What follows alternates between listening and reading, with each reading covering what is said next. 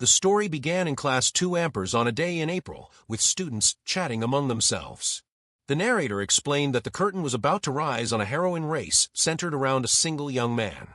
The scene then shifted to 3 boys calling out to Izumi, inviting him to hit karaoke after school. Izumi, with a tense expression, wondered what was behind the sudden invitation. All 3 boys shouted at him, saying that the Siren High girls would be there as well, and that it was the one place where looks mattered and family background could shine. Izumi thought to himself that it was just a mixer, and muttered that the 3 of them were idiots. The boys looked confused, while Izumi noted internally that they were simply tightening the rope around their own necks. He then flaunted his hair, thinking that if he went, he would end up monopolizing all the girls himself, sighing at how pitiful the 3 of them were. The 3 boys fell silent, and Izumi remained quiet as well. Embarrassed, he suggested they throw him a retort, otherwise, it would just look like he had bombed them. One of the boys muttered that yes, he had bombed, and the others began muttering among themselves. One thought that he shouldn't have said anything if he was going to get embarrassed. Another wondered if they even needed Izumi at all. The third suggested finding someone better at talking. Frustrated, Izumi complained that they had invited him only to treat him like this. The narrator remarked that a man being so bashful was simply pathetic. Izumi thought to himself that Shituru and his friends were just too much. As he was about to finish his thought, he suddenly noticed something and asked what was happening. At that moment, Amane Amasaki appeared and greeted him with a cheerful, "Good morning." Izumi recognized her and noted that it had been quite a while. Another girl ran up and hugged Amane, exclaiming how long it had been. She asked Amane about her modeling work, commenting that it looked like she had taken a long break. Amane explained that her father had told her to broaden her horizons, so she had gone to Los Angeles with him. The girl, looking surprised, chatted with Amane, marveling that going overseas was amazing and recalling that Amane's father was a designer. Amane said it wasn't a big deal and mentioned that she had brought souvenirs for everyone. The class erupted in excitement. One student asked if she would be in trouble since there was a quiz in the first period that day. Amane, with a smug smile, told them not to worry. She had already done all the preparation. Another student, impressed, muttered that it was crazy and just as expected of the top student in the class. Amane then remarked that it couldn't be helped and declared that she would teach anyone who was struggling. The narrator explained that Amane Amasaki was a working model, a fashion icon for teenage girls, a top student, and extremely social, and that reputation was well known throughout the class. The scene then shifted, showing a girl peeking into the classroom and calling for Amane to go home. Inside, Amane and Izumi were studying. The girl commented that it looked like yet another study session. Amane apologized while the girl turned to Izumi and said it was wasted effort, since even with Amane teaching him, he was barely keeping up. Izumi snapped, telling her to shut up, and insisted that she watch him earn that recommendation. Amane apologized again and declined the invitation, saying maybe next time. The girl then remarked that Izumi was working hard too and seemed to be enjoying it a little. As she left, she praised Amane as a goddess and warned Izumi not to cause her too much trouble. Amane slammed her head on the desk and in desperation apologized for making Izumi pity her. She begged him to teach her how to study properly. Izumi sighed and asked how long she planned to keep pretending to be a model student. He thought to himself that it was already too late for her to stop now, and wondered why everyone continued to be fooled by her. A flashback followed, showing Izumi handing out notes to Amane when she had been absent. He reflected on how busy Amane had been with work, leaving her barely any time to study, and how she had almost repeated a year the previous summer. Since then, Izumi had been running study sessions for her, drilling key points as quickly as possible. Another memory surfaced, showing him thinking that it couldn't be helped, and that she would inevitably teach anyone who was struggling.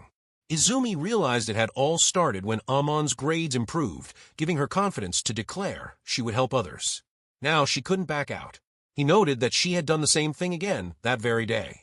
Amane admitted that she simply could not refuse when people asked her for help. Returning to the present, Izumi explained a formula to Amane, silently thinking that even if she was just pretending to be an honor student, the fact that she was dedicated enough to teach others was impressive. He acknowledged that she must have been smart from the beginning, and on top of that, she worked hard, squeezing study time between her jobs. The bell rang, and Izumi announced that they would call it a day since he had other work to attend to. Amane looked up at him and asked if he, too, was pretending to be dumb and unable to back out of anything. Izumi explained that he could earn top grades when he tried, but life was easier when no one expected much from him. He added that just watching Amane work hard was more than enough for him. Flustered, Amane clutched her shirt and with an almost tearful expression, begged him not to tell anyone that she was the one being taught. She confessed that he was the only person to whom she ever showed her weak side. Izumi reassured her that he knew, and Amane replied that saying that was all she wanted. Izumi then left the classroom. Left alone, Amane sighed and muttered, "Good grief," before confessing to herself that she really liked him. Sitting on a chair with her notes, she kicked her feet and thought that Izumi would not go this far just for a friend. She wondered if this meant the feeling was mutual, and considered that if one of them confessed, they might end up together. Yet, she worried, having never been out with a boy before, that things could feel awkward if they actually became a couple. Frustrated, Amane slammed her hand on the desk and declared there was no need to rush. She reminded herself that she was the one who truly appreciated Izumi's charm. Even with no competition, though, the situation remained exasperating. The scene then shifted to the assembly ground where students had gathered. A speaker addressed them, offering a few words that most students dismissed as mere chatter. Suddenly, the atmosphere shifted as the speaker announced the next segment, a word from the student council president. It was Hakuo Shirajuku. Hakuo stepped forward and asked everyone to settle down. She introduced herself as the student council president and reminded the students that the sports festival would be held the following month. She emphasized that, especially for first years, by now they had grown accustomed to school life, and some might have begun letting their guard down. As Hakuo spoke, whispers spread among the students. One admired how dazzling Shirajuku-senpai looked that day. Another noted that even Yoshino-senpai from the basketball club had been rejected by her. Someone else commented that it was just as expected of the Ice Princess.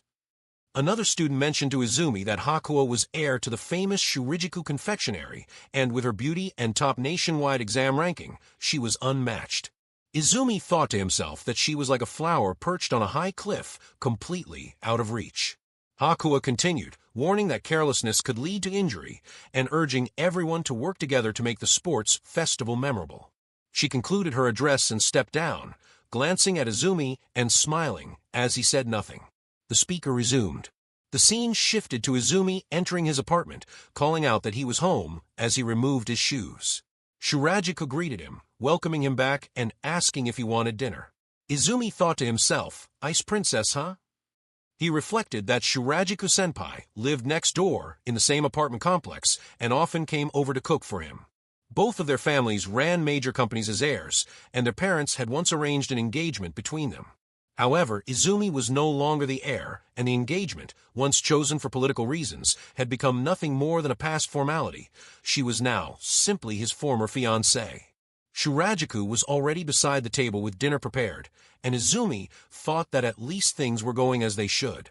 She called out to him and reached forward to give him a welcome home hug.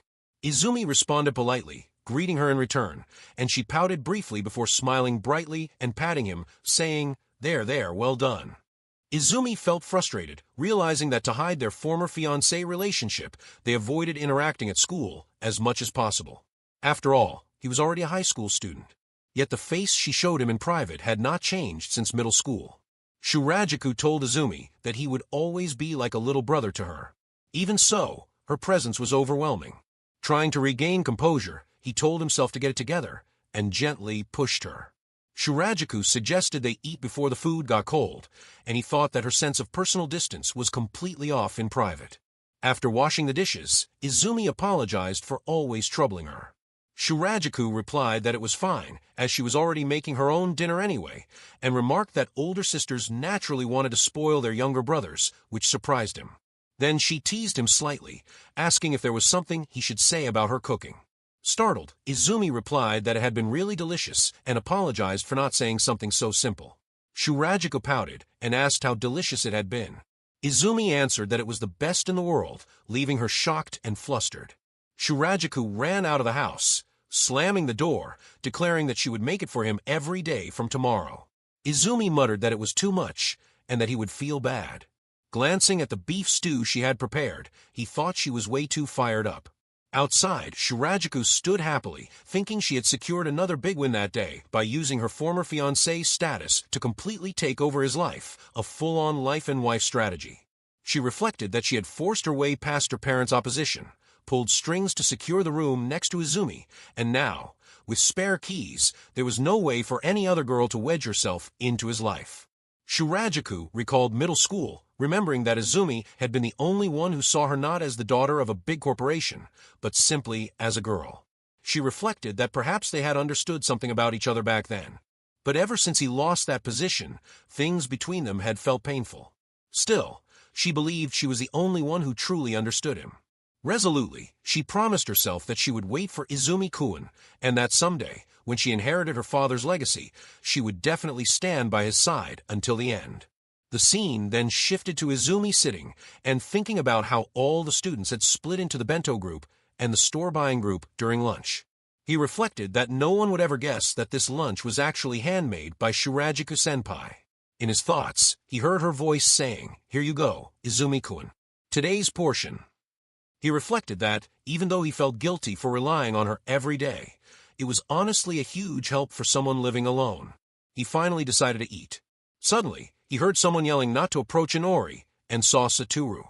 Izumi wondered what Satoru was even doing. The scene shifted to Satoru on his knees, calling out to Izumi. Haru Kasuga explained that a man with a filthy, lustrous face had been trying to get near Inori. Izumi then saw Inori and kicked Satoru lightly inside the classroom, thinking it was probably his fault. He asked why the two of them were in the secondary classroom, considering that despite being first years, they were already well known around the school. Inori, with her adorable aura, was extremely popular with the boys, the little angel, while Haru, the crazy dog who bit to protect Inori, was the little devil. By some twist of fate, both were also his club juniors. Inori asked Senpai if they were having club today. Izumi replied that she could have just messaged him. Inori added that they were both free that day, and he agreed that would be a club day. They both acknowledged this. Inori then asked if he had read the book she had recommended the other day. Izumi apologized, explaining that he had bought it, but had not yet gotten around to reading it. Suddenly, Haru blocked him. Surprised, Izumi exclaimed her name. Haru told him not to get all lovey-dovey with Inori, saying that even small talk was off limits. The two then left, with Haru turning back to Izumi and calling him a damn leecher. Another student peeked at Izumi and asked if they were fighting. Izumi explained that he had just wanted to tell her he bought the book, and the girl commented that was rough. Finally, the bell rang and all of them were shown in the library preparation room, sitting and reading books. Izumi thought to himself that their library, their literature club, or more precisely, their literature appreciation society, was nothing more than a small circle of 3 people reading books and chatting. Izumi reflected that he had originally been the only member left and had planned to dissolve the club once everyone else graduated. He remembered telling himself that after graduation, he should take over the literature club himself. By chance, 2 new first years had joined, so the club had to continue. Another student in Izumi's thoughts had told him that if he felt like it, he could keep it going. Back in the present, Izumi observed that Inori was, as always, focused on her book, while the girl next to her was playing games. The gamer asked Izumi what was wrong, and he dismissed her with a complaint about being looked at with pervy eyes, thinking that the girl did not even pretend to read, and simply gamed non-stop. He reasoned that her whole reason for joining the club was to protect Inori. The gamer declared that the culprit was the little sister, which frustrated Inori and drew Izumi's attention. Izumi could not believe it and silently wished it were a lie. As he closed his book, he protested that she was not the culprit and accused the gamer of lying. The gamer insisted she hated spoilers with a passion, and I argued that even fake spoilers were still spoilers, and she shouldn't make him paranoid for no reason. Izumi complained that the gamer was being punished for neglecting her club junior and spending club time reading, and he wondered whether she even knew what the club was supposed to be. Annoyed by her habit of toying with him for amusement, Izumi stood up, pulled a chair closer, and faced her. As he grew flustered, he confronted Haru, accusing her of always treating him like an enemy and forbidding him from going near Inori. He suggested that Haru might be deliberately trying to get his attention. Inori watched the exchange quietly, without intervening. Izumi even reached out and touched Haru's chin, teasing that she simply could not be honest. Haru became very flustered and blushed. I then backed away, sat at a distance, and warned that if Haru kept acting like that, someone might jump her one day. Haru, frustrated, threw a book at Izumi, yelling at him. Izumi, unfazed, told her that if the hit was meant to knock some sense into her, she should fix her attitude. But the impact knocked him down. Haru shouted again, calling him a pervert and telling him to go die. Inori followed Haru while I got up, thinking that he had expected more of a "what are you acting cool for, you creep" comeback, but realized he had gone too far this time. He picked up the book Haru had thrown and noticed it was the same one he had been reading. Haru looked gloomy. Another student commented that it had been entirely Haru's fault, pointing out that she had read ahead just to be on the same page as Izumi, but her actions completely missed the point. The student teased that she clearly wanted him to fuss over her that badly. Haru protested but then reflected that it was supposed to be a faded reunion. A flashback appeared in her thoughts, remembering the middle school punk and how she had gotten carried away just because Izumi looked a bit pretty. I, noticing the tension, interjected, asking how far they were going and commenting that the little kittens were already scared. He got lightly beaten by 2 other guys after saying this. Back in the present, Haru lamented that even though she called it fate, Senpai didn't remember at all and treated Inori all lovey-dovey while treating her completely differently, which was frustrating. The scene then shifted to Izumi entering the school, where a girl was standing ahead of him. Someone whispered to Amane that Izumi was right there, and Amane replied nervously, insisting it wasn't like that. Another voice from above the stairs remarked that Izumi always passed by at this time, and maybe today they would finally work up the courage to greet him. Haru, standing nearby, said she didn't care about Senpai or anything. Her friend suggested it might just be to say hi to him alone. 3 girls greeted Izumi. The first said, "Good morning, Izumi-kun." The second said, "Good morning, Suzumi-kun." And Haru added, "Senpai, good morning." Izumi looked at them, but suddenly one girl stood up and confessed, "I love you. Please go out with me." The other girls were stunned and stared at both of them. The narrator remarked that there's only one sure way to win the heroine race, being able to say, "I love you," properly. The girl, Nano Nasi, held Izumi's hand, and the narrator continued. And thus, the Izumi Suzume chapter had already drawn its curtain. All 3 girls reacted in disbelief, each saying Izumi's name and thinking to themselves that they would not hand him over to anyone. The narrator explained that the outcome of the heroine race was still unknown, and that the battle between the losing heroines and the one who could properly say, "I love you," was only just beginning. The scene shifted to a week earlier, where Nana was walking through the school hallway with a heavy bag in her arms.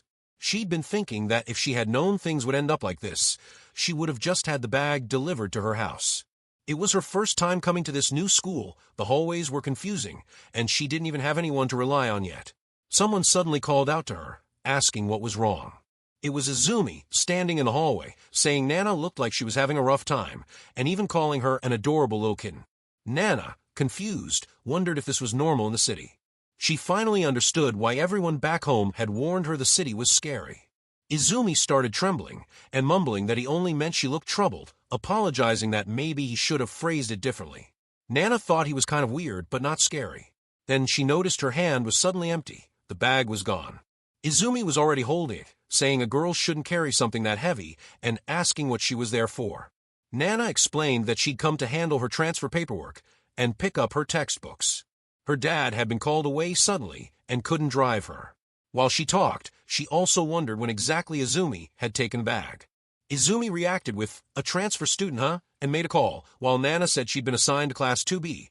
Izumi replied that was the same as him. Still on the phone, he explained to the person, Goto Sensei, that he was greeting a new transfer student who was here right now. He added that Nana's dad couldn't bring her, and then said, "Got it. I'll take care of it." When he hung up, he told Nana the bag and paperwork would be sent to her house. Nana wondered who he had been calling. Izumi explained it had been Goto Sensei from the career guidance office and that he'd drop her things off in staff room. Nana felt like all her problems had been solved instantly by him, wondering if this was what a capable guy looked like. Izumi then asked if she didn't know her way around yet and pointed toward the school gate. But at that moment, Nana spotted something on his phone, a strap. She suddenly shouted about it, surprising him. She showed her own phone, which had the same strap. Izumi said he didn't think anyone besides him still had one, since the character was from years ago. Nana explained she'd liked it back then, and had someone buy it for her, even though her friends had all been like, "What's that supposed to be?" Dope. But she loved it, and had kept it ever since. Izumi said he understood, and that he was genuinely happy. He thanked Nana for watching. Nana thought to herself that she didn't really understand why Izumi had thanked her, but Izumi's smile, combined with the setting around them, had completely stunned her. For some reason, her heartbeat had been incredibly loud. Nana wondered if that was what it felt like to fall in love. The scene then shifted, showing that after school, on the day she had confessed, Izumi had been sitting at a table with his hand on his head, thinking about how everything had ended up like that and feeling frustrated that Satoru had seen it. Many guys and girls had been talking about him, saying things like how he had gotten a cute girlfriend, calling it unforgivable, telling him to die, and spreading all kinds of nonsense. They had asked what kind of girlfriend she was, whether it was true she was the transfer student, and had told Izumi to do his best to make her happy. Izumi thought that because of all that, he had been teased non-stop all day, and that it was unbelievable how much fuss everyone made just because someone had confessed to him. He thought that everyone loved to overreact, and he addressed Amane. Amane responded with a thoughtful sound and said that as expected of a popular guy, Izumi really knew how to handle it. Izumi then asked if Amane seemed kind of grumpy. Amane said, no, not really. But he thought that she definitely did not look like she wasn't bothered.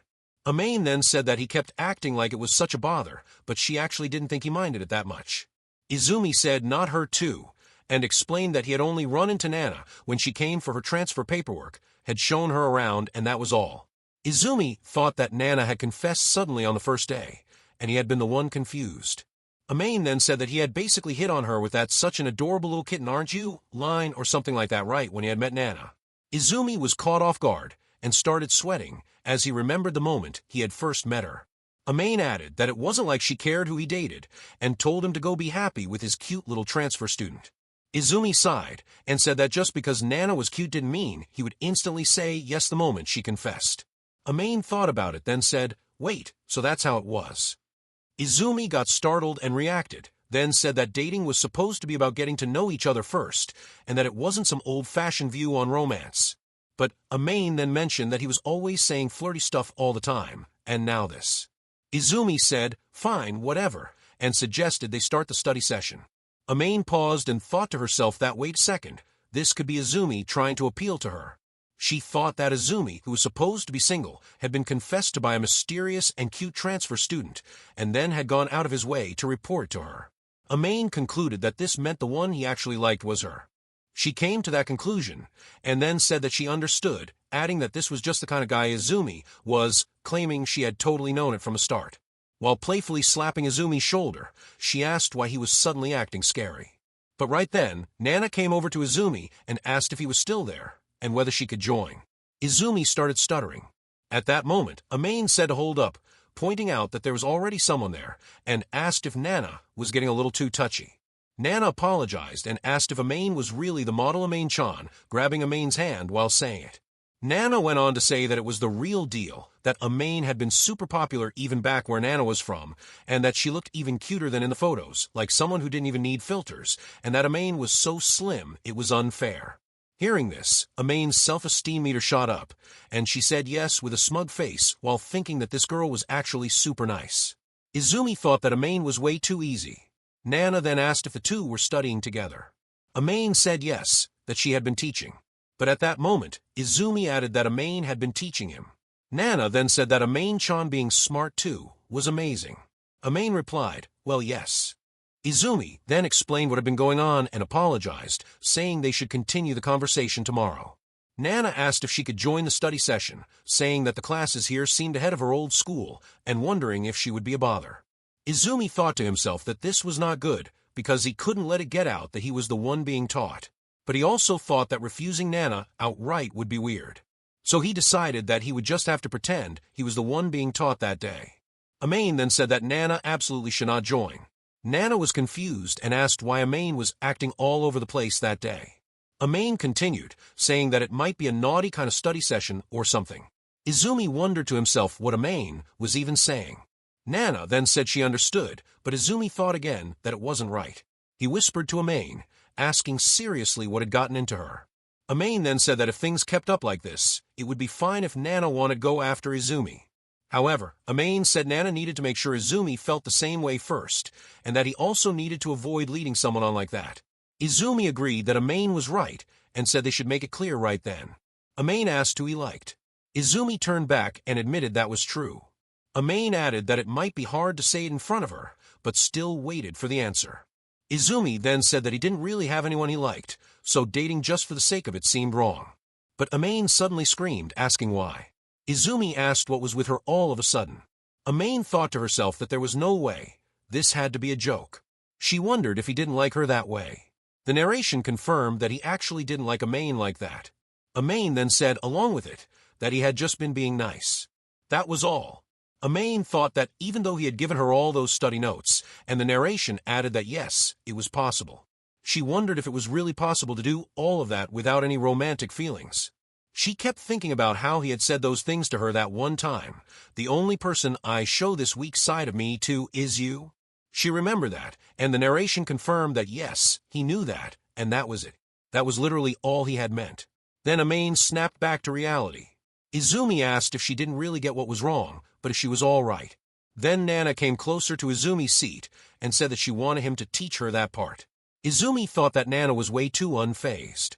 He continued explaining that if the equation was rearranged like that, it became easier to understand.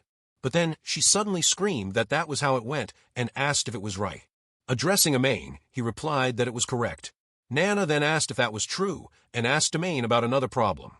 Amane became confused and Izumi stepped in, saying that a certain formula could be used there and that it was good that she had learned it from him before. Izumi thought to himself that she looked really out of it that day and wondered if he could really keep bluffing like that. Then he noticed that Amane had notes showing she had solved more problems than the one he had just explained, which meant her basics and applications were somehow backward. Izumi wondered if Amane was actually pretending not to understand. The situation had now become that the two people who understood were pretending to be taught by someone who was actually supposed to be learning. Izumi thought about what kind of farce this was. Then Nana mentioned that he had written a part wrong. She came closer and held his hand. Seeing this, Amane was shocked. Izumi asked Nana where it was again. Nana held his hand even tighter, looked at him, and said that his fingers were pretty long, and that was pretty cool, calling him Izzy-kun. Izumi became flustered and ran out of the classroom, saying that that was it for the day, and that he had work to see, telling them he would see them later. The scene shifted, showing him going down the stairs, wondering what the hell was wrong with that girl. He thought to himself that maybe he shouldn't have left Amane behind, but then someone called from behind. It was Nana asking if he could wait, and if they could go home together. He thought to himself, wondering if her heart was made of steel.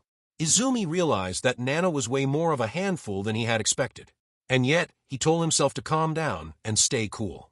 Nana called out to him again, and he asked if she had noticed it during the study session. Nana said yes. Izumi explained that Amane was under pretty heavy expectations from her father, and was trying hard to live up to the perfect version of herself, so he would appreciate it if Nana kept quiet about it. Nana agreed, but added that she might tease Amane a little. Izumi wondered why, saying they had been having a nice and heartfelt moment just then. Nana said that was a completely different story, and declared that she would make Izumi fall in love with her. They both left the school, and the narration introduced the late-arriving transfer student of Class 2B, Nana Nanis. Then Shuriguki appeared, saying that Hakuya Shuriguki would not let her have her way. In another scene, Amane was shown asking what time it was and where she was,